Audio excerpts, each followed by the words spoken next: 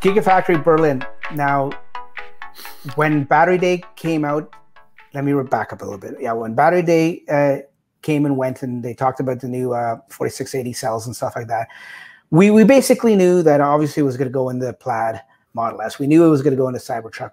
We knew it was going to go into road, or we assumed it would go into Roadster. So anything that wasn't out yet, we assumed it was going to go into, including the semis too.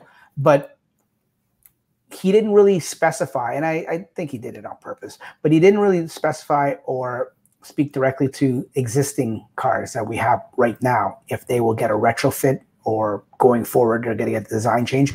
But in one of the slides, as you can see in the article here by Drive Tesla Canada again, one of the slides that happened behind Drew and Elon as they were talking, they showed the single body castings of the front and back, and how they were talking about how the battery pack is now the new structure and stuff like that. And anyone that was familiar with those shapes and those molds knew that it was a Model Y.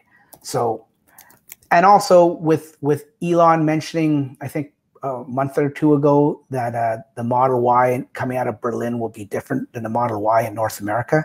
It'll be a completely different car. So don't quote me, but he said something along those lines. So I'm thinking, you know, what battery cells are going to be in there? Well, he confirmed in one of his tweets going down here, once again, whole Mars catalog asked him, and he confirmed that Berlin will be using the 4680s for the Model Y.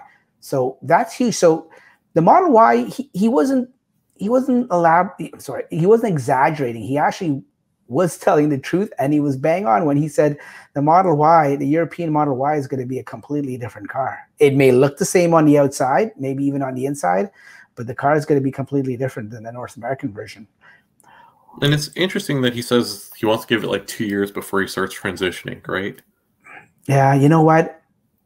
I think, once again, just like the stuff that he talked about Day, they're sandbagging a lot of this stuff.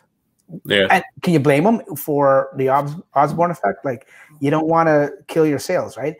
Well, you also have people that are buying cars. I think our buddy Trevor mentioned this on Twitter.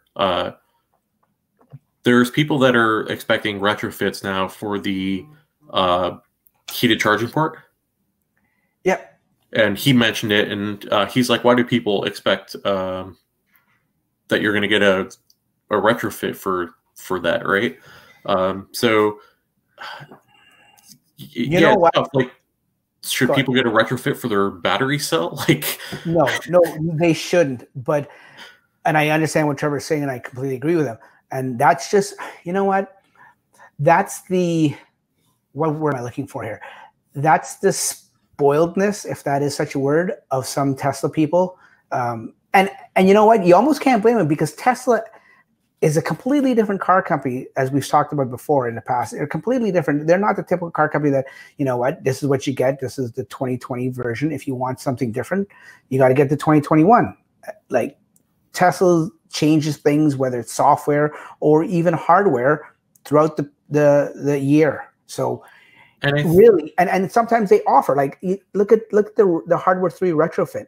I mean, yeah, you have to pay for it, but you could have gotten it if you paid for it, right? So Tesla's gotten some people in this train of thought, this mindset that I should have that. If that's new and that came out and I don't have it and I've got the same car, I should have it. And then they whine and complain.